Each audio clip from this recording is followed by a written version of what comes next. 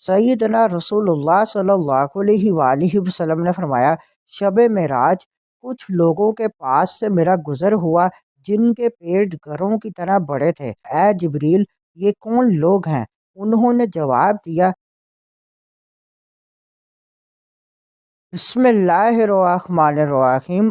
آج کی حدیث مبارک، سود خوروں کا انجام۔ سنن ابن ماجہ، حدیث نمبر 2273۔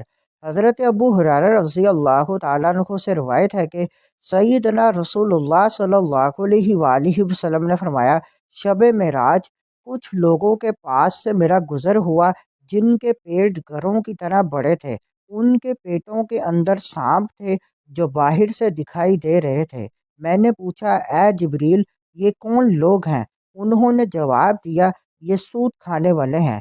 ان وعیدوں کے پیش نظر ہمیں سودی قرض کے لین دین، حرام آمدنی اور دیگر تمام ممنوعات سے دور رہنا چاہیے۔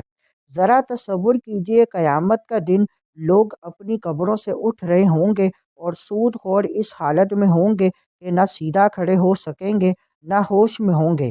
یہی نہیں بلکہ نبی کریم صلی اللہ علیہ وآلہ وسلم نے سود خوروں کے عذاب کا منظر بھی ہمیں دکھایا ہے۔ رسول اللہ صلی اللہ علیہ وآلہ وسلم نے فرمایا، شب معراج میرا گزر کچھ ایسے لوگوں کے پاس سے ہوا جن کے پیٹ گھروں کی طرح بڑے تھے اور ان پیٹوں کے اندر سانپ تھے جو باہر سے نظر آ رہے تھے۔ میں نے پوچھا، اے جبرائیل، یہ کون لوگ ہیں؟ حضرت جبرائیل علیہ السلام نے جواب دیا، یہ سود کھانے والے ہیں۔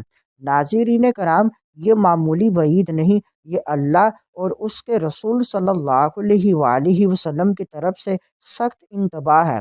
آج سود صرف بینک تک محدود نہیں رہا، بلکہ سودی قرض، حرام کمائی اور ناجائز لین دین ہمارے معاشرے میں عام ہو چکا ہے۔ یاد رکھیے، جو مال سود سے حاصل ہو وہ بظاہر زیادہ نظر آتا ہے، لیکن اس میں برکت نہیں ہوتی اور انجام نہایت خوفناک ہوتا ہے۔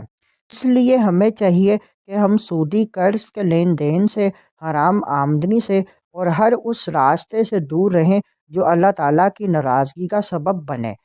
آئیے آج ہی توبہ کریں، حلال کو اختیار کریں اور اللہ سے ڈرتے ہوئے اپنی زندگی کو سنوار لیں۔ اللہ تعالیٰ ہمیں سود جیسے کبیرہ گناہ سے محفوظ فرمائے اور حلال روزی پر قناعت نصیب فرمائے، آمین۔ اگر یہ پیغام آپ کے دل تک پہنچا ہو تو ویڈیو کو لائک کریں اور دوسروں تک پہنچانے کے لیے شیئر ضرور کریں۔ جزاکم اللہ خیرا۔